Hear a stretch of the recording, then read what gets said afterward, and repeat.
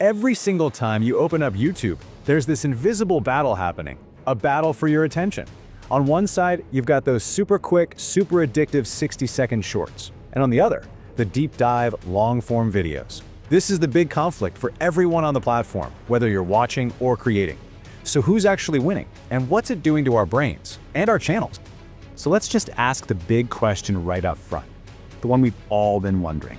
We all feel it, right? That itch to scroll when you're trying to watch a movie or read a book. But is it just a feeling? Or is there some real hard science that says our scrolling habit is actually changing our ability to focus? Take a look at this number, 3.5 hours. Just let that sink in for a second. According to a new study, that's how much time college students are spending watching short-form videos every single day. That's not a week, that's their daily diet of content. Okay, so what is this constant stream of content actually doing to our brains? This isn't just a guess anymore. Researchers are really digging into the science of it, and, well, what they're finding is a little bit concerning. A huge piece of this puzzle comes from this 2024 study. Basically, scientists wanted to measure the exact link between watching all these short videos and two really important things: a student's actual measurable attention span and how well they were doing at school. Now, to get what they found, we have to talk about something called cognitive load theory. The easiest way to think about it is this: your brain's attention is like the battery on your phone. Every super fast video, every quick switch to a new topic, it just drains a little bit of that power. And when you're constantly draining it with this fragmented stuff, you've got way less power left for things that need real focus, like studying for a test. And the results from that study? They were crystal clear. They found what's called a strong negative correlation between watching reels and attention span. In plain English, the more reels they watched, the shorter their attention span got. But it gets worse. It was also directly linked to lower grades. And here's the real shocker. The students watching over 3 hours a day made 5 times more mistakes on attention tests than those who watch very little. 5 times. So, we see the effect on viewers, but this creates a huge problem for the people who are actually making the content. If you're a YouTube creator, you're stuck with this massive question. Do I chase the viral hype with shorts, or do I try to build a real community with longer videos? This table really breaks it all down. You can see the huge trade-offs. Shorts are aimed at a younger, mobile audience, usually just browsing on the go. Long form is for people who are sitting down and actively searching for something. But look at the lifespan and growth speed. Shorts can give you this explosive, viral moment, but it might be gone tomorrow. Long form is a much slower burn, but you're building something that lasts, something people will keep finding for years. And you're not just choosing a video length, you're choosing your audience. The person swiping through shorts is in discovery mode. They're window shopping for creators. But the long-form viewer? They've made a choice. They searched for you, they clicked on you, and they're ready to invest their time. It's a totally different kind of relationship. Now, this whole dilemma is basically built right into YouTube itself. A lot of people talk about the YouTube algorithm like it's this one single thing, but that's not really true. It's more like there are two different systems, and they're at war with each other, rewarding completely different things. Okay, so you have the Shorts algorithm. It's a sprinter. It only cares about speed. Did someone watch the whole thing? Did they share it right away? Boom, done.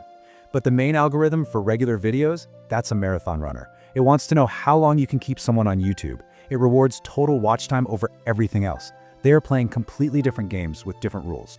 And you know where you see that difference the most? In the money. It's not even close. You could get 100,000 views on a short and make enough for, I don't know, a nice dinner. But just 10,000 views, a tenth of the audience, on a long-form video, you could make 4 times more money. The financial reason to go deep is just undeniable. So it feels like this impossible choice, right? Growth versus revenue, viral fame versus real fans. But the smartest creators are figuring out that it's not about choosing one or the other. The winning strategy is to stop seeing them as enemies and start building a single integrated system. This quote from Kieran Connolly just hits the nail on the head. Shorts are audience builders, not direct moneymakers. Think of them like the free samples at a store. They're the introduction, the handshake. They get people in the door. The long-form content is where you actually build the relationship and the business. So how do you actually do this? Well, it's a really powerful but simple system. You don't have to create double the content, you just have to be smarter about it. First, you make your big, in-depth foundation video.